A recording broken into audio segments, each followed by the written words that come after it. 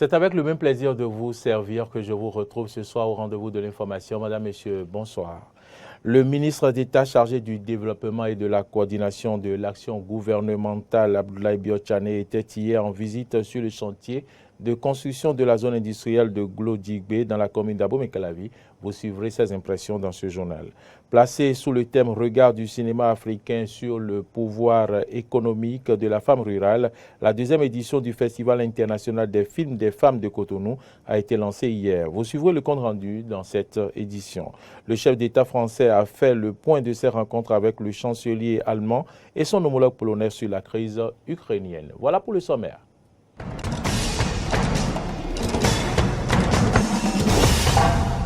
Merci à toutes et à tous pour l'attention. Bienvenue dans ce journal. Le Conseil des ministres s'est réuni aujourd'hui sous la présence effective du chef de l'État, Patrice Talon. Plusieurs décisions ont été prises au titre des mesures normatives, la création du musée d'art contemporain de Cotonou et de la réunion des musées publics, l'adoption du décret fixant les modalités de création, d'organisation et de fonctionnement des centres d'accueil et de protection de l'enfant en République du Bénin, l'adoption du décret fixant les conditions et modalités de délivrance des agréments pour la fabrication et l'importation du tabac, ses dérivés et assimilés en République du Bénin. Au titre des communications, contractualisation pour l'acquisition de kits de réception de la TNT, compte rendu du recensement complémentaire des artisans du Bénin. Au titre des mesures individuelles, des nominations ont été prononcées au ministère du numérique et de la digitalisation et au ministère des petites et moyennes entreprises et de la promotion de l'emploi. Nous y reviendrons avec le porte-parole du gouvernement, Wilfried Léandre Hongwedi, dans nos prochaines éditions. Comme je vous l'annonçais en titre, le ministre d'État chargé du développement et de la coordination de l'action gouvernementale, Abdoulaye Biotchane, accompagné de certains membres de son cabinet, était hier en visite sur le chantier de construction de la zone industrielle de Glo-Djigbe dans la commune d'Abomey-Calavi. L'autorité est allée s'imprégner de l'évolution des travaux après sa dernière visite du 25 novembre 2021. Abdoulaye Biotchane s'est dit satisfait de l'avancement des travaux. Suivez ici un extrait de ses propos. La dernière fois que nous étions ici, c'était le 25 novembre. Il y avait en ce moment-là un certain nombre d'engagements qui avaient été pris de part et d'autre, du côté du gouvernement, mais aussi du côté de la société d'exploitation du site. Et je viens aujourd'hui pour constater ce qui a été fait également par le gouvernement, surtout par les différentes institutions du gouvernement, et aussi voir comment du côté de l'exploitant, les engagements sont respectés. J'ai pu donc constater que sur les quatre points principaux, les quatre principaux engagements qui ont été pris par l'État, nous sommes largement en avance. L'amener du très haut débit de l'Internet est réalisée. L'eau potable sur le site est déjà disponible. L'électricité, qui était un point crucial le 25 novembre quand j'étais ici, est désormais disponible. Nous venons de visiter ensemble la sous-station. La route, qui est la dernière infrastructure, vous le voyez, est en train d'être construite de part et d'autre. Et donc pour le gouvernement, je peux dire que les principaux engagements qui ont été pris pour fin décembre sont largement respectés. De l'autre côté, j'ai pu constater également que du côté de la société d'exploitation, beaucoup de choses sont faites. Nous avons visité ensemble la sous-station électrique, nous avons vu les voies à l'intérieur. Nous pouvons voir l'état d'avancement des bâtiments qui vont abriter les différents services. Et donc, je crois que là aussi, il y a des progrès substantiels qui sont constatés. Et je peux dire que l'engagement qui est d'ouvrir l'infrastructure, de rendre opérationnelle la zone économique d'ici la moitié de l'année, va être largement respecté. On a pu constater également que pas mal d'entreprises sont déjà inscrites. Nous avons 24 formellement inscrites qui ont même payé une partie de leurs engagements. Et nous avons de nombreux autres encore qui attendent, qui font la queue pour venir s'inscrire dans la zone. Donc c'est un constat heureux que je fais, que de part et d'autre, du côté du gouvernement, mais aussi et surtout du côté de la société d'exploitation, il y a eu pas mal de choses qui ont été faites, des progrès sont accomplis, la zone progresse, les infrastructures sont là, et tout ce qui est, de la logistique qui doit être fait, tout ce qui est, comme on dit en anglais, le soft qui doit être fait, est en cours de réalisation aussi. Cérémonie d'ouverture hier à Cotonou de la 2e édition du Festival international des films des femmes de Cotonou, une édition placée sous le thème regard du cinéma africain sur le pouvoir économique de la femme rurale. Plusieurs personnalités et cinéphiles étaient au rendez-vous. Suivez ici le compte rendu de Jérôme Adjoumaï. Le 7e art au service de la femme et l'intégration du genre dans la corporation, le développement et la culture. Tel est l'objectif de cette 2e édition du Festival international des films de femmes lancé mardi à Cotonou.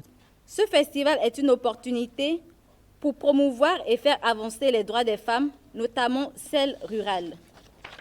Nous plaidons donc pour toutes ces filles qui, au nom de la culture ou à cause de la précarité, n'ont pas la chance de développer leur plein potentiel ou de concrétiser leurs rêves. Pour toutes ces femmes qui se heurtent quotidiennement à des obstacles en raison de la discrimination fondée sur le genre et des normes sociales. Pour toutes ces femmes rurales qui, malgré leur volonté de s'engager dans la vie économique, font face à un accès inégal à l'instruction, aux soins de santé, à la propriété, aux sources de financement et aux autres services. Au menu, projection de films, conférences débats, dating et visites touristiques, tout ceci sous l'œil avisé d'un jury au profil adéquat selon les organisateurs. L'édition 2022 du Festival international des films de femmes de Cotonou a reçu une invitée spéciale, Madame Fatou Jupiter Touré, actrice, réalisatrice, productrice sénégalaise et ambassadrice des Nations Unies. Nous avions hâte que les activités autour du cinéma reprennent. Donc, fêtons le cinéma comme il faut, fêtons les femmes et surtout n'oublions pas, aucun rêve n'est trop grand, tout est possible. En somme, une célébration placée sous le sceau des Amazones. À cette occasion, différents acteurs culturels féminins ont été distingués avec le soutien de l'Union européenne. La promotion de l'égalité des genres et des chances est une grande priorité pour l'Union européenne. L'objectif est que chacun et chacune ait le même pouvoir de façonner la société et sa propre vie. Promouvoir une indépendance économique égale pour les hommes et les femmes, combler l'écart de rémunération entre les genres, améliorer la parité hommes-femmes dans la prise de décision et mettre fin aux violences sexuelles. Nous avons inscrit tout cela noir sur blanc dans notre 3e plan d'action pour l'égalité des genres. L'Union européenne œuvre chaque jour pour le progrès. C'est une cérémonie riche en couleurs, au rythme et danse de la compagnie féminine Pépita. En bref, les occupants de la bande côtière située à l'est de Cotonou, en partant du chenal, doivent quitter les lieux. C'est une instruction du ministre du Cadre de vie et du Développement durable qui leur donne jusqu'au vendredi 11 février 2022 pour plier bagages.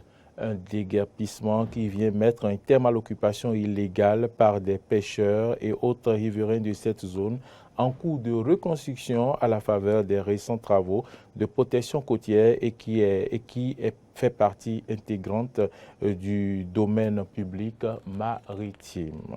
Parlons à présent de l'excès de vitesse qui s'observe sur le tronçon Calavi-Bota-Coco-Kodji. En cours de finition, de nombreux cas d'accidents sont enregistrés au quotidien sur ce tronçon dans la commune d'Abomey-Calavi. Une équipe de la rédaction a effectué une descente sur le dit tronçon. Suivez ici le reportage.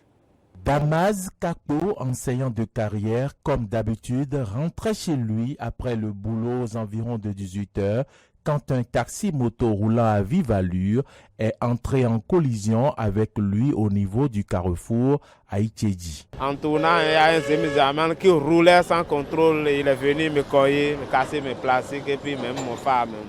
Un cas d'accident parmi la pléthore enregistré au quotidien sur ce tronçon Kalavik-Bota-Kokokodi qui bénéficie jusque-là des travaux de finition.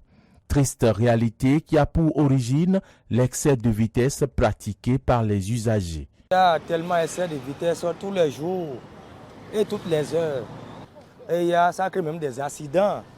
Et il y a des morts. Et dans la soirée où il y a de l'embouteillage, où les gens devaient normalement conduire avec l'intelligence et aller avec la bonne vitesse, certains filent parce qu'ils sont très pressés pour rentrer chez eux à domicile.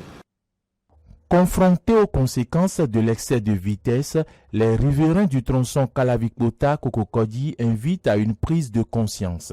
C'est vrai, les routes sont bonnes, il faut circuler sans souci, mais il faudra qu'on maîtrise la vitesse. Lorsqu'il y a excès de vitesse, ça nous conduit toujours à des accidents. Mais il faut que la population aussi prenne conscience et de rouler doucement. Excès de vitesse n'est pas une bonne éducation. Les usagers de rouler doucement, il faut qu'ils roulent dans les normes. La prudence est mère de sûreté et rien ne vaut la vie humaine.